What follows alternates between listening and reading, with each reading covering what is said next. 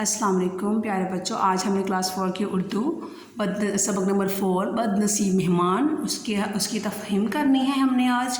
और ये रिवीजन चल रही है जैसे कि पता है आपको, और आपने बदनसीब मेहमान जो है उसकी रीडिंग खुद करनी है प्यारे बच्चों, पेज नंबर 21 और पेज नंबर 22 से। और उसकी तफहीम जो है वो सवाल जवाब जो है वो आज हम करेंगे जो कि बोर्ड पर हैं। जैसे कि आपने पता है कि बदनसीब मेहमान जो है उसका पहले मैं आपको हवाला दे दूं कि क्या उसमें स्टोरी में क्या है, किसको बदनसीब मेहमान कहा गया है। तो इस कहानी में जो है वो एक मुर्गाबी जो है, समझे कि वही एक कहानी लिख रही है। वो कह रही है कि पहले दौर में ऐसा होता था कि जब मेहमान आता तो चारपाइयाँ जो थी वो बिछाई जाती, तकिए रखे जाते और फिर मेहमानों की इतनी आवभगत की जाती, उनके हाथ जो है वो खुद प्याले से धुलवाए जाते, प्याले में पानी डालकर, और बहुत जो है उनकी कदर की जाती थी। लेकिन आजकल बिल्कुल जो है दौर बदल चुका है। मेहमान चाहे कितनी ही दूर से क्यों ना आए, लेकिन लोगों के दिल में उसके लिए कोई कदर कोई इज़्ज़त नहीं होती। और चाहे मेहमान 3000 मील से ही क्यों ना आए तो वो उसको भी बर्दाश्त नहीं करते। आज का माहौल इतना चेंज हो चुका है।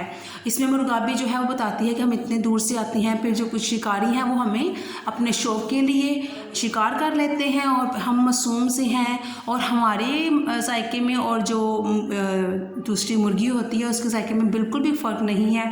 तो फिर न जाने क्यों जो लोग हैं वो मुर्गी खाने की बजाय हमारा शिकार करते हैं और हमें मार देते हैं, जिसकी वजह से हमारी जो नस्ल है वो काफ़ी कम हो गई है। तो इस पर वो कहती है कि आप बजाय, एंड पे वो गुजारिश भी करती है मुर्गाबी कि आप बजाय हमें शिकार करने के आप हमारी तस्वीरें लिया करें, हमें कैमरा से कैप्चर किया करें और उस खूबसूरती को कैप्चर किया करें, नेचर को, और फिर अपने घरों में उसकी तस्वीरें लगाया करें, या तो फिर आप अपलोड कर दिया करें।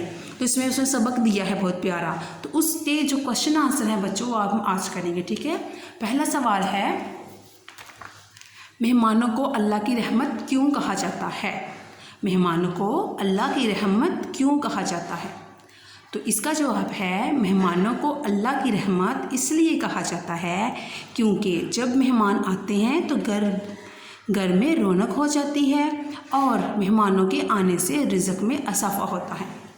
प्यारे बच्चे, जब मेहमान आते हैं तो इससे क्या है, रिज़्क़ में इजाफ़ा होता है। और एक और बात है कि अल्लाह ताला से जब पूछा गया कि आप सबसे ज़्यादा कब खुश होते हैं, तो उन्होंने कहा कि मैं सबसे ज़्यादा तब खुश होता हूँ जब मैं जब किसी को बेटी देता हूँ तो मैं बहुत खुश होता हूँ, और फिर जब मैं बारिश बरसाता हूँ तो भी मैं बहुत खुश होता हूँ, और सबसे ज़्यादा खुश तब होता हूँ जब मेहमान किसी घर जाते हैं।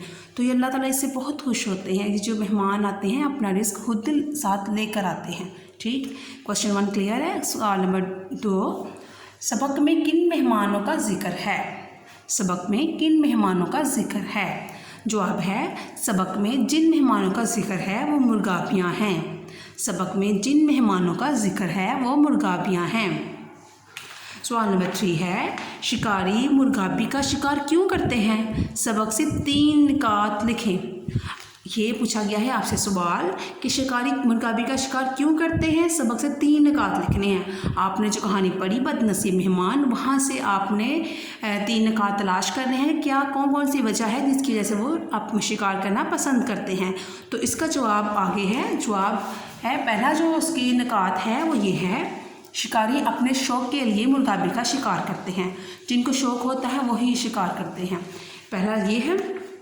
दूसरा निकात है, अपने दोस्तों में बांटने के लिए, अपने दोस्तों में मुर्गाबी का गोश्त बांटने के लिए वो शिकार करते हैं।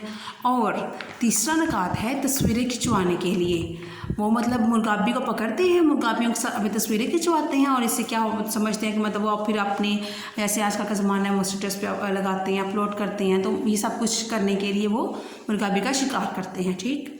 सवाल नंबर 4 है, मुर्गाबियाँ हमारे मुल्क में कितना फ़ासला तय करके आती हैं?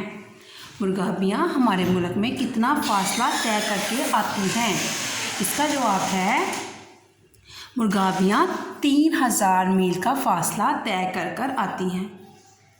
मुर्गाबियाँ 3000 मील का फ़ासला तय करके आती हैं। सवाल नंबर 5 है, शिकारियों के हाथों कितने फ़ीसद मुर्गाबियाँ ख़त्म हो चुकी हैं?